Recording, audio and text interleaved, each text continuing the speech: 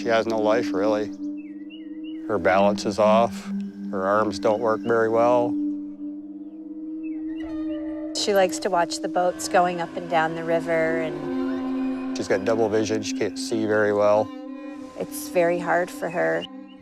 She cannot leave this yard. We put up a fence in her backyard so she wouldn't roll down the bank into the river.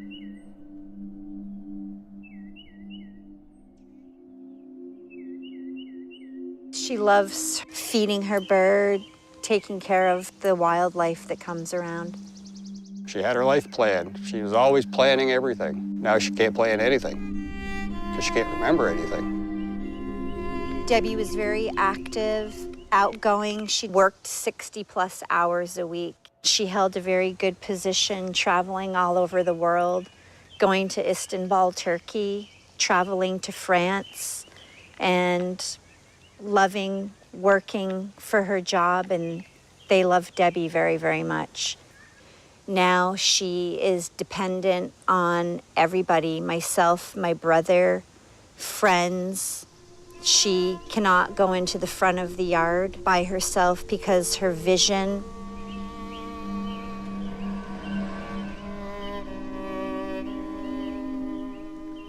I don't remember anything about the accident. From what I was told, I was bringing my leased dog for work for the last time and night before I went to bed.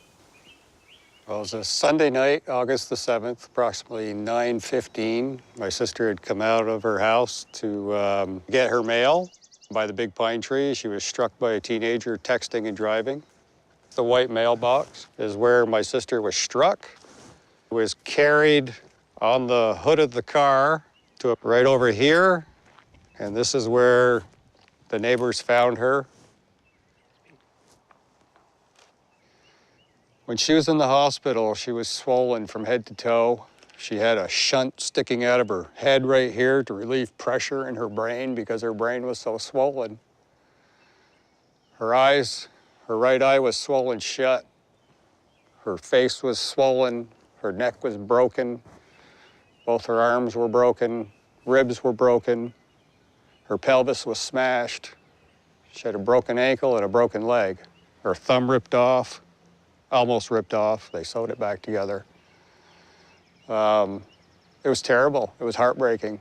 She was in her coma, and I went up to her and I started talking to her. And I had her hand, and she squeezed my hand. She knew I was there. And I told her, I said, Debbie, I know you're in there. I know you can't talk or anything, but I know you're in there. And she gave me another squeeze on my hand. She knew that I was talking to her. She could feel it.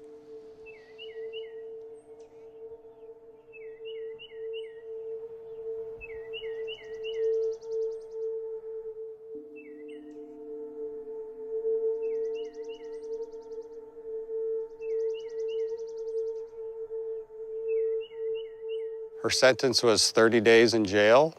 She's got 5 months of house arrest, 500 hours of community service, and that's about it. My sister doesn't want anything to do with her. She's too angry right now. And I don't think that anger is going to go away anytime soon. Charlie is the big chocolate lab right here. He was 11 years old when he was killed. Charlie was about 115 pounds. No, he was about 105. 105 pounds. Charlie was my best friend. He was so loving, so lovable. We're working on my sister, and somebody said, "Where's Debbie's dog?" And that's when the search went out, and they found him over here in the trees. The mailbox had been knocked, the blue mailbox had been knocked down. We think that he was thrown through the air and knocked that mailbox down. He took the full force of the car. He laid on the side of the road. The neighbors told us, wagging his tail, while Debbie was being loaded up in the ambulance.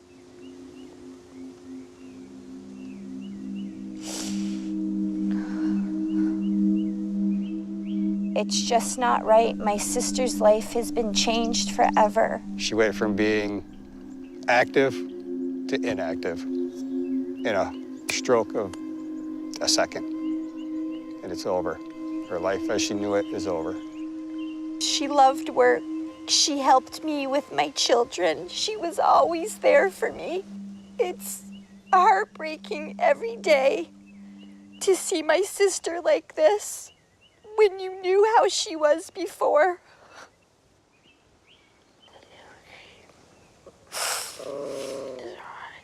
I know.